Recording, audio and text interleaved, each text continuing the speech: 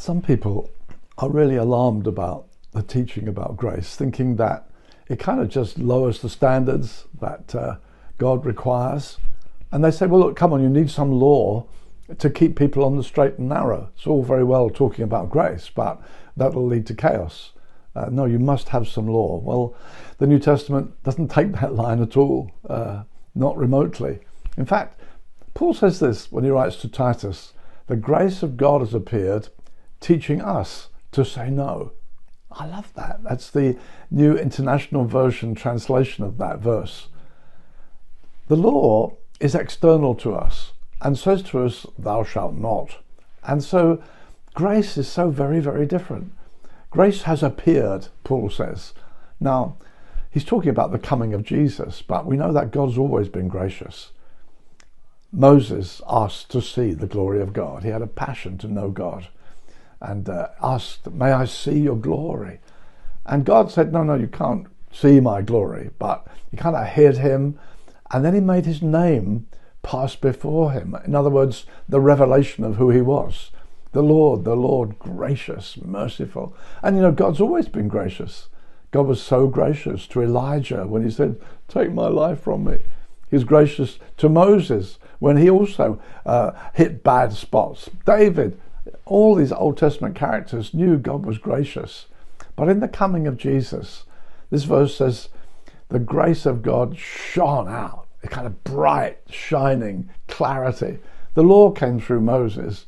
Grace came through Jesus Christ. Now, Paul is saying this grace didn't come because God thought, oh, what's the point? I can't get them to be holy. I'll drop the standard. No, it didn't come with that purpose. Grace came teaching us from within, from our own conviction, to say no.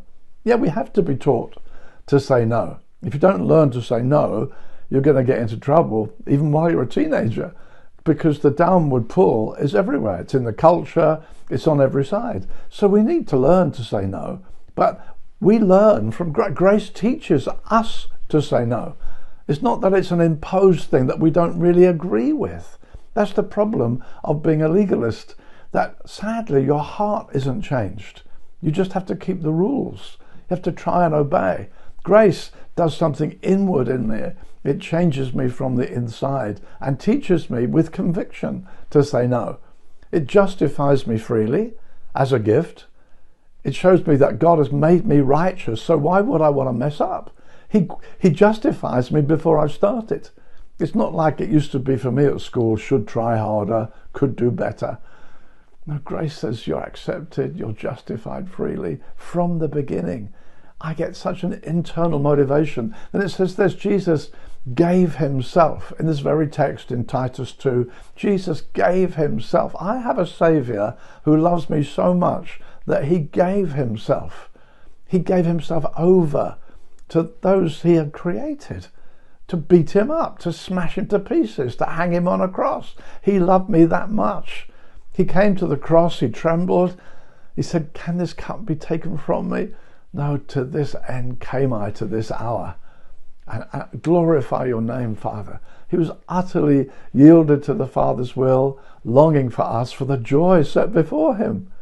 He endured the cross for the joy, his joy in having us for himself. When God works these things into our inside, I have a Saviour who so loved me, who so wants me, who made me clean as a gift. I find my internal motivation is changed. I choose to say no.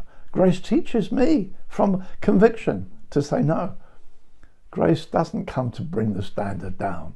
Grace comes to change me from the inside so I can surpass the laws of the Pharisees. When grace came to that early church in Acts 2, they outgave any giving in the Old Testament. Grace changed them from the inside. Hey, let's enjoy the wonderful grace of God.